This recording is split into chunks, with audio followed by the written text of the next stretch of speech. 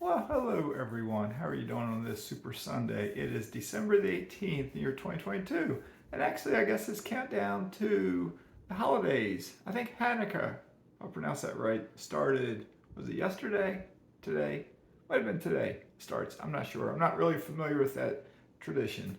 I know Christmas, if you celebrate Christmas, is what? Next Sunday. And then New Year's, around the world, we all celebrate New Year's, right? It's the same no matter where we're at in the world. Might differ by a day or so, but we all have a New Year's. So anyway, happy holidays to everyone. So with that being said, I am Maskey Finance. I'm coming to you currently from South Florida, and I am considering moving to the country of Panama. So I'm gonna catch up a little bit on that. All right, my plans are to have this be a weekly Sunday type thing, but during this, if you found my channel due to Panama, I talk primarily about financial stuff on my channel, investing, other financial topics, thoughts, stuff going on up here, experiences, plans, etc., goals, etc., etc., etc. on my channel. But one of my plans to help me with my investing is to move to the country of Panama. Okay? So with that being said, I am Maskey. I'm not a financial advisor. I'm not a CPA. I'm not an attorney. I only give thoughts. Take all my advice with a grain of salt. Doesn't mean if I say something you need to do it. Okay? Do all your due diligence prior to making any investment or even actually moving to a foreign country like I may do. All right, so with that being said, I made a video last Sunday and I forget everything I said in there. But I have accomplished some stuff in the past week. All right, a couple things I've accomplished, because if you're an American like I am, or a North American, a Canadian, because a lot of Canadians also moved to Panama, and Europeans moved to Panama, and Asians and other people. But I can speak on behalf of North Americans. We, as North American folks, primarily Americans and Canadians, we can go to Panama, to my knowledge. I'm not a lawyer again. I'm not an immigration attorney. I've been in touch with an immigration attorney in Panama, though. But we can go to Panama for up to 180 days with just our passport. All right. We can drive for a maximum of 90 days on our foreign driver's license. Okay. Which is a little strange. Why can we drive for 90 days, but we can stay for 6 months? It's just how it is. All right. So if somebody like myself wants to go move there, we need to get a visa so we can be allowed to stay there longer than 6 months. There are different visas that someone can get, and I am working on getting the pensionado visa. Okay, I qualify for the pensionado visa because I have a guaranteed monthly income. I have a pension. So if you have any kind of pension or Social Security, you can potentially qualify for that sort of visa. Now, if you don't, say you're an investor, you have investment income, you cannot get the pensionado visa, but there are other visas that you can get. If you have income and you qualify, like don't be a convicted felon, because I don't think if you're a convicted felon, I believe they will not accept you into their country to live. All right, and there's other criteria. All right, so to get the pensionado visa, and this probably goes for a lot of other visas, but I'm not that familiar with the other visas. Okay, so the pensionado, I had to get two different things. I had to get my FBI background check. I got it, and I had to print off something on my monthly income, my pension. So I got that. The FBI background check, I had to get it authenticated. So this past week, I went to the city of Tampa. There's a Panama consulate in Tampa. I went there and got my FBI background check paper authenticated. They, on the back side, put a piece of paper there. It's typed out, whatever they typed on it. And they put stamps all there and all this different stuff. So that was done. For my pension, it comes out of the state of Virginia. So in Tampa, they cannot authenticate it. So that has to go to the Panama consulate in Washington, D.C. But prior to sending it, I had to get it certified, I guess, by a notary that it's like a legal document. They're certifying that it's a legal document, I guess. So my notary that I use here, he came to my house and looked. We talked. He talked about where I got it from. I think I had the website pulled up. He knows me, so I don't think he actually looked. He might have glanced at it. But it has my name on there and my information, so he knows it's a legitimate document. So he certified it, and then I went to the post office and sent it certified mail along with a self-addressed envelope to send it back to me when it's done. And I'm sending it like priority mail that's trackable so I can track it. And also they charge $30 payable only with a money order. And I haven't gotten money orders for years for the most part. I did get one a little while ago for something different. So I got a money order from the post office and sent that off. I think it was Thursday. It's supposed to arrive to them tomorrow. I'll probably call them tomorrow. And then we'll see what their turnaround time to get it authenticated and then get it sent back down to me, priority mail. And then once it's sent, I can track it. Okay. So I've done those two things. And like I said, I've been in touch with an immigration attorney. You do, if you're going to get a visa in Panama, you do have to use an attorney to help you out there. You cannot do it yourself. You got to have an attorney. Okay. There's a website and a YouTube channel called Panama Relocation Tours. On that website, they have something called the Panama Relocation Guide.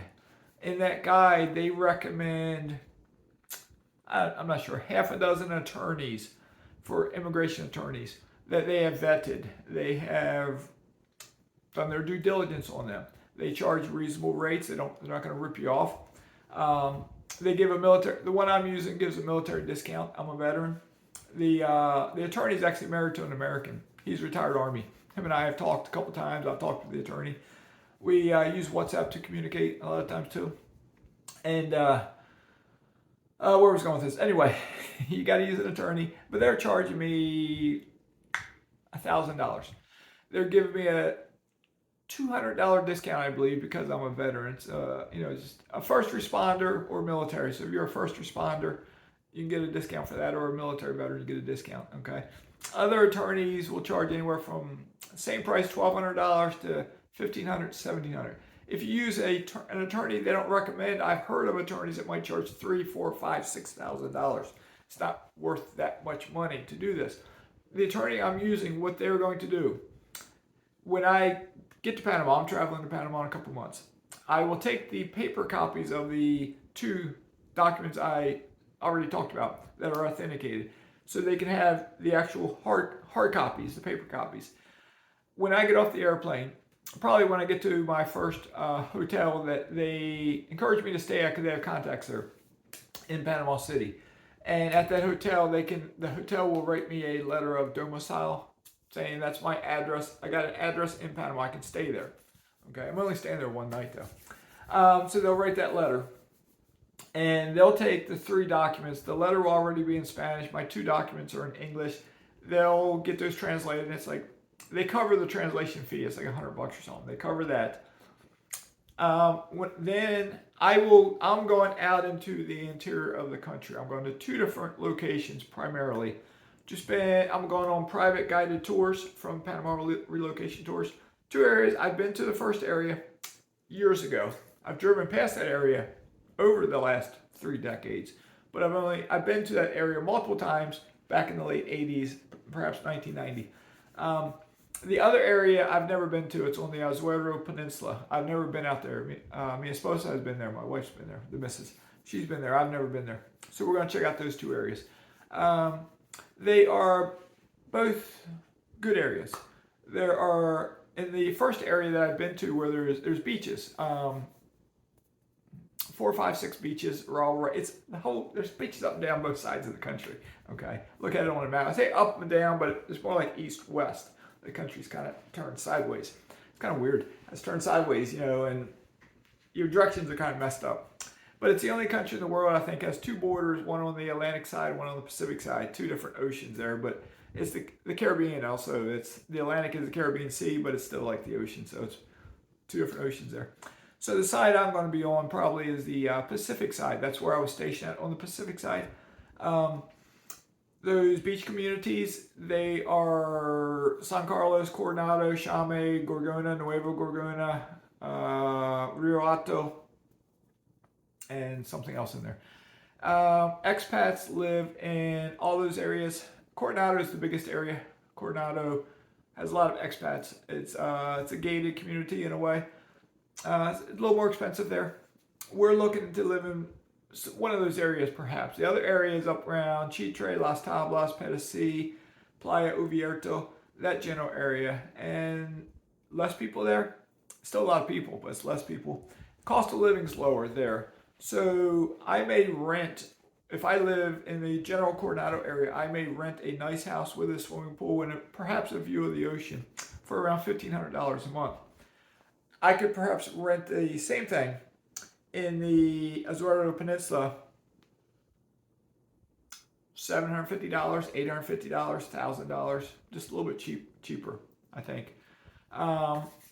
There are some folks I've been in contact with who live out there, and they're renting a 3-bedroom, 2-bathroom house with a swimming pool, and they're within a mile of the beach, so they can't see the beach, I don't think, where they're at. And it seems like they pay $1,000, and they say it's a really nice house, a really nice pool. Okay, so I think they pay $1,000. That might include utilities. I'm not sure. Can't remember. So anyway, that's kind of where I'm at. On the home front here, we are still packing up. You probably can't tell, but there's less paperwork back down there because I got a shredder there and I'm shredding stuff, tossing stuff. The books are still all up there. But you'll eventually start seeing, it'll be a while till they come out, okay? I am researching my local real estate market. We are looking to sell a few things, get rid of other things. We're planning to put some stuff into storage. We haven't done that just yet. I don't want to start paying that bill just yet. Not a lot. We're not taking any furniture. We're not putting it in storage or taking it with us. I didn't bring any furniture here when I moved here. 2 recliners and a couple this little table my camera stand is on. I think we brought that down from Virginia. A couple of small things, but not most of the furniture I bought with the house. That's in here, like that bookcase, and there's a desk there, and there's couches and tables and chairs and beds, and I got a really nice bedroom set, king size beds, really nice. I bought a new mattress on it. So whoever buys this house will get a really nice bedroom set and other nice furniture too with it. It's a good deal. You want to buy a house in South Florida? All right. So anyway, there's a lot going on. It's a progression. It's not something you can just do overnight.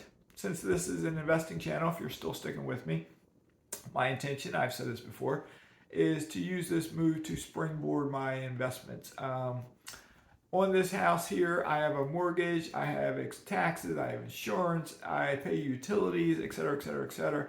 But I'm paying $3,500 to $4,000 a month. Okay, I threw out some figures of what I may pay in Panama to rent. It's a lot cheaper than here.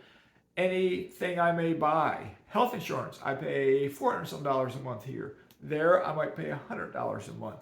Grocery store, maybe I pay pushing $1,000 a month here. There, I will spend a lot less, half that, a third of that, a lot less. To buy a vehicle, I can buy something probably cheaper there than I can buy here. What else do we buy? Clothing. Clothing is cheaper there than it is here. Doctor visits are cheaper. Glasses are cheaper. So almost anything that I may buy in that country is cheaper than here, which means above and beyond the house, I should save money across the board. And what I'm going to do, in I think 2 videos ago, I might put the link down below again today. It's a Wealthfront account. Wealthfront is a bank account, it's a savings account. You can get 4.3% interest on your savings. It's FDIC insured up to, I think, $1 million.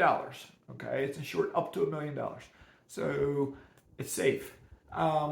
If you use the link I'll put in there, you can get 4.3% for 90 days. If you do not use the link and open an account, that's your prerogative. You can do that. You will get 3.8%. Why do I push a savings account like this? There's a reason for it. I've said in other videos, I'll say it again here. My belief is the stock market is going to follow a pattern kind of like the 70s, okay? The majority of folks who invest in the stock market are not stock pickers. I was a stock picker. The majority are not stock pickers. The majority invest in S&P 500 index funds or whole market index funds or buy ETFs, that sort of thing. My thoughts, and I could be wrong, are that over the next 10-ish years, this is going to flatline. You'll have some days, you'll have people buy on the dips. There will be some drops, people will buy on the dips, they'll come up. But my guess, if we look back on it, I could be wrong, from 2020 to 2030, it's going to be more or less a flat line with some of that in there. Okay, more or less. If you are a stock investor, how well have your accounts done this year? You've probably lost 20, 25, 30% perhaps. So if you were positive 4% for the year, that's better than losing money. I have never advocated putting money into savings accounts until now. And partly it's because I'm a real estate investor and you have to have cash reserves if you own real estate. And you have to save up money for a down payment if you want to get started in real estate. I've said this going back a year or 2 years ago on my channel. You should not save money in the stocks for your first rental property because it's too volatile.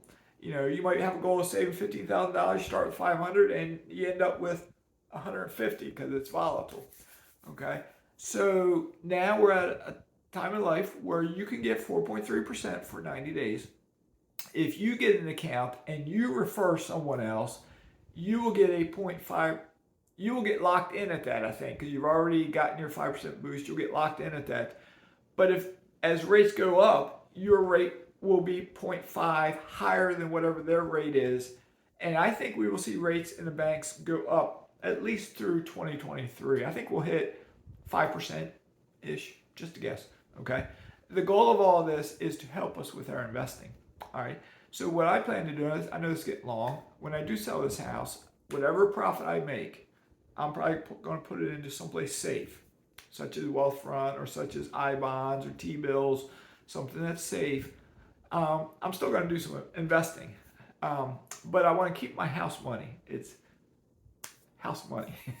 So, but then as I save money, some of that will get funneled into savings, some of that will get funneled into other investments. As more time goes on in Panama, I'll get options of what I want to do, and I will figure it out and I'll share with you as time goes on.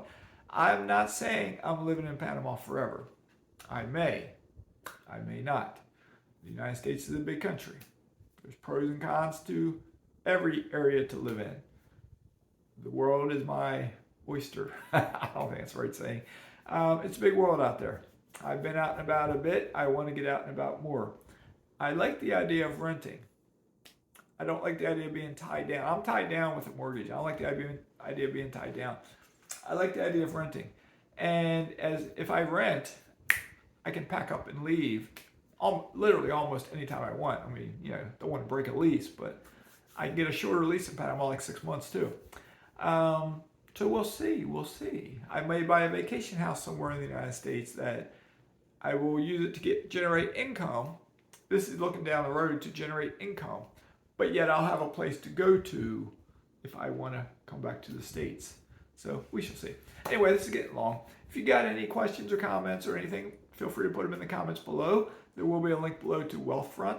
My email is always in the description if you want to email me, and you got any questions you don't want to put for the general public to see, you can ask me there. All right, so with that being said, have a great Sunday.